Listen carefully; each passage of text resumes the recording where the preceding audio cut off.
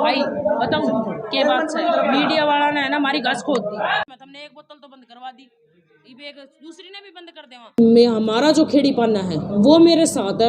अगर मैंने किसी का बुरा किया हो तो खेड़ी पाना मेरा बिल्कुल साथ नहीं देगा, और सरपंच हमारे पाने में भी है। जो दारू की बोतल आप या श्रद्धालुओं को दारू छुड़ाने के लिए बोलते थे कि 2 बोतल साथ में लेके आए, आपने उन 2 बोतलों की बजाय अब सुनने में आ रहा है 1 बोतल कर दी है कि भक्तों को आप बोला जा रहा है कि 1 बोतल आप लेके आ सकते हो। क्या ऐसा नहीं हो सकता जो दारू आप 1 बोतल मंगवा रहे हो उसमें भी जो है क्वांटिटी कम हो सकती है? नहीं जी, उसमें कोई क्वांटिटी कम नहीं होगी। 1 बोतल में से 4 पैक तो उसको पिलाए जाएंगे और 1 बोतल में से 8 पैक बनते हैं, 4 उसको वापस दिए जाएंगे।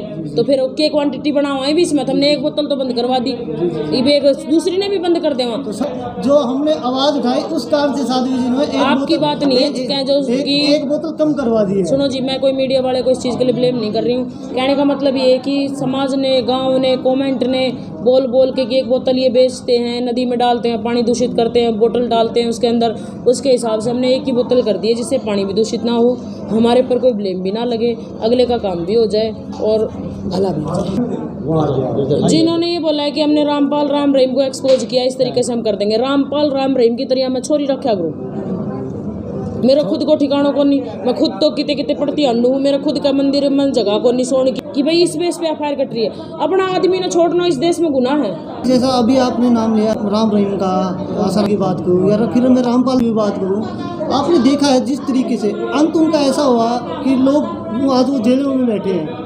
एक भक्त जो श्रद्धालु की आस्था को ठेस पहुँचता है, और जब एक आस्था किसी की भी टूटती है तो एक भक्त की आस्था नहीं पूरे समाज में जो है सबका ही नाम खराब होता है। क्या आपको नहीं लगता उसी डर के कारण आज जो ये बात आई है कि गांव के अंदर पंचायत होएगी?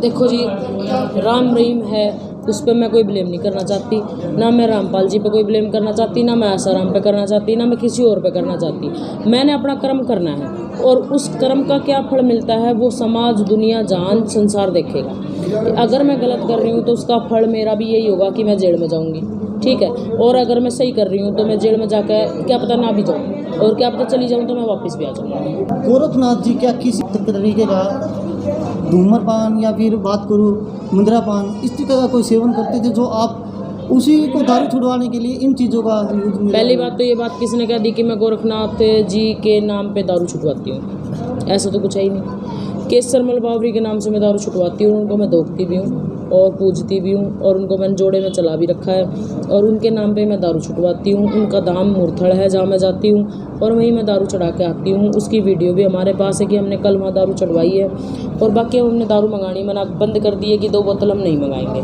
ठीक है जी।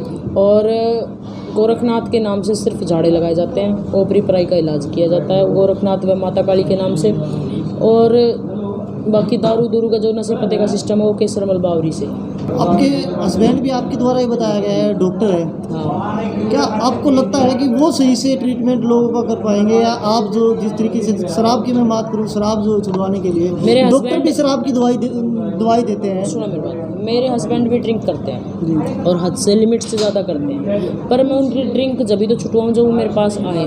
कुछ लोगों के कमेंट है वीडियो पे कि अपने हस्बैंड ही क्यों नहीं छुटा देती, तो मेरे पास वो आएंगे तभी तो मैं उनकी छुटाऊँगी। दूसरी बात, अपना इलाज कहीं तो ना हो, दूसरा का इलाज कोई भी कर दे। खून के रिश्तों का इलाज कभी नहीं होता। ये भी एक अंधविश्वास है, खून के रिश्ते का इलाज ना हो।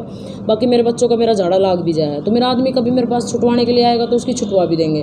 भाई मैंने कि मेरे घर उजाड़ रखो है। जो अब आपने खुद अपने परिवार की बात स्टार्ट की है, तो मैं एक बात पूछना चाहूँगा। अभी जो मैसेज वायरल हो रहे हैं उनमें लिखा हुआ है कि आप अपने हस्बैंड को या अपने बच्चों से नहीं मिलने दे रहे, इस तरह के मैसेज। मेरे बच्चे मेरे हस्बैंड से नहीं मिलना चाहते, जाके मेरे बच्चों से पता कर लो अगर वो आप लोगों से मिलने। तो इस दूरी का काम क्या मानते हो? कहीं आप इस लाइन में घुस गए, ये तो नहीं या पहले से ही है? अगर मैं इस लाइन में घुस गई हूँ, मेरे अंदर कमी रही है, तो बच्चे मुझसे भी तो नहीं मिलना चाहेंगे।